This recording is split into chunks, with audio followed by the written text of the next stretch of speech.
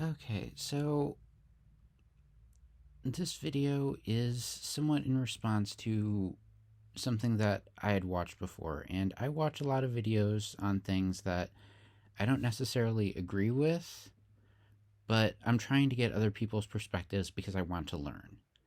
I'm very much somebody who wants to understand why other people come to the opinions that they come to and who they are and where they're coming from because I just want to know more about people. I'm a very socially awkward person and I don't necessarily always get where other people are coming from. Uh, I, I just I want to understand better so that I can better appreciate where people are coming from, so I can have a better conversation with them, so I can better relate and better emote and I be a better person, be a better friend, be able to connect more. Um, Unfortunately, sometimes that can be very hard, especially when somebody has very strong opinions about experiences, places, or things that they themselves have absolutely no idea what they're talking about. Let me give an example. I finished watching a very long video about somebody who had a very negative opinion on pride parades. And yeah, he pulled out a lot of media clips on pride parades, a lot of pictures of half naked men and this, that, and the other, and an article on drug use. And yeah, that all seemed very compelling and was, supporting his statement. And then at the end of the video, he confirmed that he had never actually been to a pride event and never intended on going to a pride event. So he was going into the entire situation without any experience and with a negative bias. Now, if you go into something with a bias, looking for support of that bias, especially in today's day and age, you are very much going to find support for that negative bias. And it is way, way, way too easy to find support for a negative opinion on the internet these days, especially if that negative opinion is toward a minority group.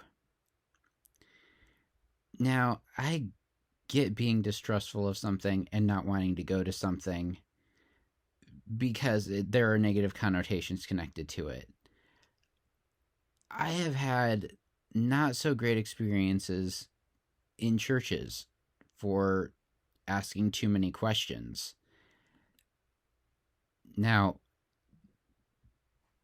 and being, disruptive by doing so.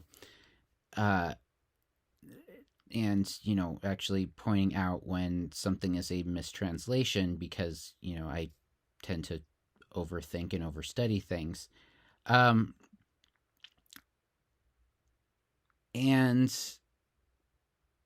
that does not mean that I avoid, every single church ever. I've had multiple friends who their church is very important to them. I've had family members who have invited me to their church. Now, is it incredibly awkward for me? Yes. Do I still go? If they're persistent and they say that, the support would be appreciated, yes. I go with an open mind. I am there to be supportive. I am there to learn why the situation is important to them. And I don't judge or have an opinion because, church as a whole is not a monolith. There are those out there that are actually caring, that do good work with the community, that do support. Not everything is Joel Osteen. Not everything is, you will listen to what we say, and if you question it, well, then you're out. Some churches actually want their followers to study the Bible and to have questions, and they understand that, questioning things is part of the journey of faith. They understand that there are characters in the Bible that there are heroes in the Bible that part of their journey toward becoming prophets was to question their own faith. Not many, in my experience, but there are those that do exist. So, like before passing judgment on something that you have never fucking experienced, do it, experience it, unless, of course, it's going to be something that is going to put you in direct danger. And as far as the pride thing goes, he was like, it should be age gated, it should be age restricted because of XYZ, because of the half naked men, because of and all drag shows should be age restricted and this, that, and the other. Okay, art should not be age restricted. Period. Nudity in art, okay, that might be a gray area, but I'm sorry. The human body just sitting by itself, not engaging in a sexual act, is not sexual. You make it sexual by thinking that it's sexual. I mean, Jesus straight up told his followers, if they're staring at a woman, the woman gives them lustful thoughts, remove your eyes to remove the lustful thoughts. You are responsible for the sexual connotation that you put into what you are seeing. Period. So if you are uncomfortable with somebody's bare body, that is you, not them. If you are uncomfortable with somebody wearing a certain type of clothing, that is you, not them. Drag being age gated at all, I'm sorry. Yes, there are drag shows that get provocative. There are drag shows that use innuendo. I have been to drag shows that have less innuendo in them than the Shrek movies. Okay, it's fucking ridiculous how we are once again scapegoating. And I've also had people that are like, I don't want my child exposed to drag because, drag shows have drugs and sex behind the scenes. And it's like, okay, so somebody reading to your child in costume is going to lead them to sex and drugs. That's like saying allowing your child to learn how to play the guitar or drums is going to lead them to sex and drugs because rock stars use sex and drugs. There's some disjoint there, okay? Yes, it can happen, but if you actually teach somebody fucking to think for themselves, it's not going to happen. There is more that goes on that leads to drug abuse and like sexual debauchery than simply, oh, they're going to be in the environment, so they're going to do it.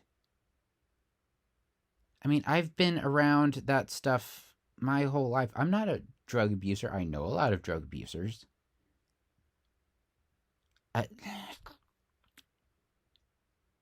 It's just, and most of those, okay, drug addiction, they're trying to fix something that is hurt.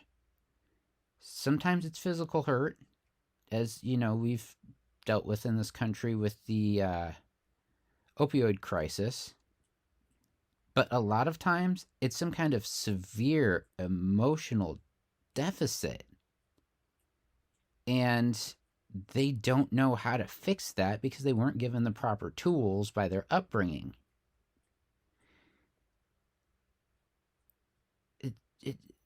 And let's be quite clear here, not having supportive parents because you're part of a community that isn't fully accepted is going to cause that.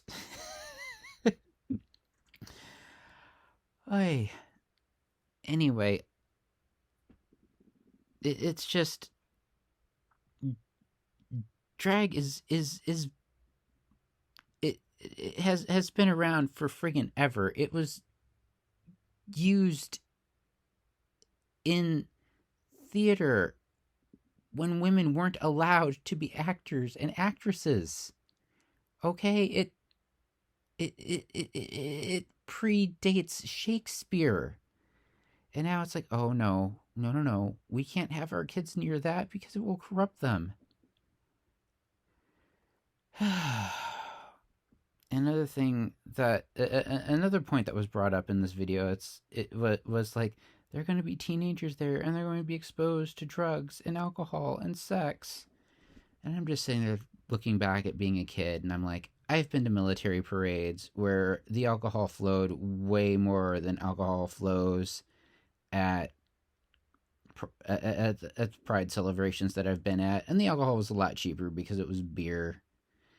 And there were women in crop tops, tube tops, not crop tops. I apologize, tube tops, and the tube tops came off, and I saw so many boobs from drunk straight women way before I should have, and straight men like with their dicks out peeing in public and having it going to third base with these with women with like a boob out at supposedly family events, picnics, family campgrounds, parades, sneaking off into alleys and behind buildings and things, state fairs, and like mere feet away from where the kids were supposed to be on rides. These people would be just shit faced fooling around, but they're straight, so that's fine. But the gay community has to fucking walk on eggshells because we're automatically considered sexual deviants. So we engage in that behavior in public, and I mean, I live in an area where you can't even hold hands with another dude out of fear that you're going to be bashed or assaulted. The last guy I dated was terrified to hold my hand at the screening of It Part 2 when there was a guy who was assaulted and thrown off a bridge at the beginning of the movie, which brought back horrible flashbacks of me being assaulted, and I couldn't get support because he was terrified that somebody was going to see us and attempt to assault us either in or shortly after we left the theater. Like,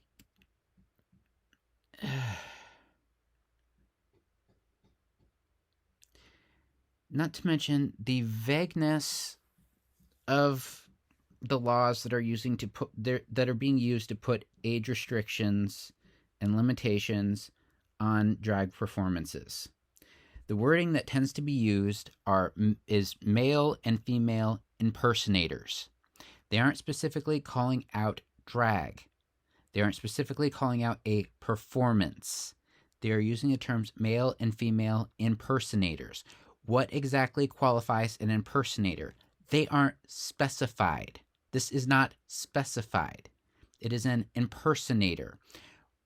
What crosses the line as impersonator? Is it simple cross-dressing? Is it somebody with a masculine or feminine haircut when they are of the opposite sex? Is that a full-on performance? Is that a pre-op transsexual just being a pre-op... a pre-op trans male or pre-op trans female prior to sexual reassignment surgery? Is it before is it post-op before they have all their paperwork legally changed? What exactly is considered? Is it like full-on drag? What exactly is impersonating?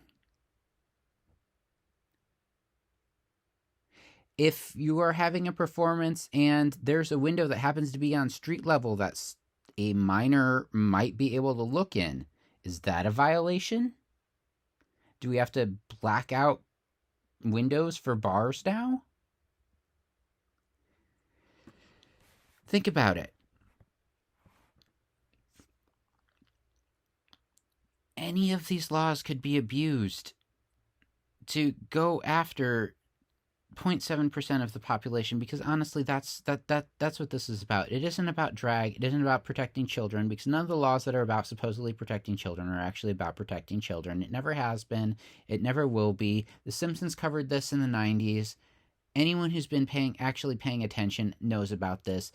Please protect the children is never about please protect the children. It's about the adults being uncomfortable with having to have conversations with their kids before they want to actually have conversations with their kids. It's a stupid bullshit trope about parents, because parents want to be lazy and they don't want to deal with reality. I say this as somebody who helped raise their two little brothers. I say this as somebody who has had to answer difficult conversations that I've had with my younger cousins, that I've had with my godkids, where they've asked questions and it's like, oh dear God, why has your mom or dad not talked to you about this? Why are you asking me? It's just, come on. And I know, once again, I'm on a rant and a tangent, and I've gotten off of the original topic, which is experience something for yourself before passing judgment on it. And this will go back to the drag queen story hour thing. Yes, there's a video out there of a drag queen twerking at a school. Yes, there have been 2 drag queens that turned out to be sexual predators who are being involved in drag queen story hours because these people weren't properly vetted, which that's an entire problem in and of itself. You should be vetting anybody who's going to be reading to kids, regardless of what community they are a part of. That's not the point.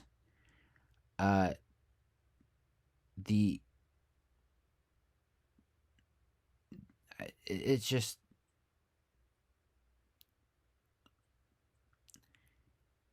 most of these drag queen story hour things, like,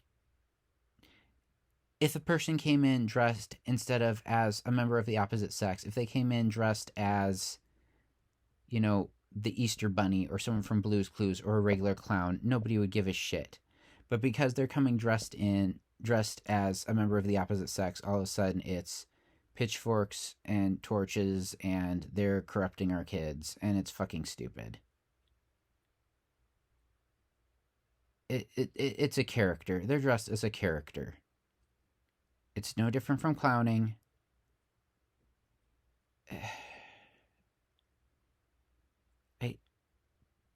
I don't understand the conservatism. I don't understand the whole. It's fear. It's fear. It's stupid fucking fear. Analyze why you are afraid, because let's be honest, it's more than likely not actually about the kids. You want to say it's about the kids because it's easy to be afraid for the kids, but it's not. There's something deep inside of you that you are troubled by, and you need to analyze why it is that you are troubled by it. Well, I'm concerned about the kids. I'm concerned about the teenagers. I'm concerned about this. I'm concerned about that.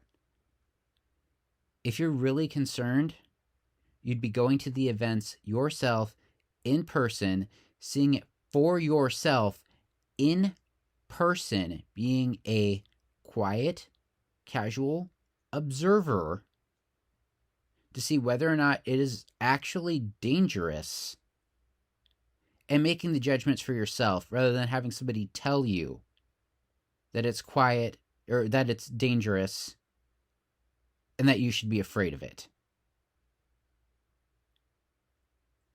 Think for yourself. Don't let others do it for you.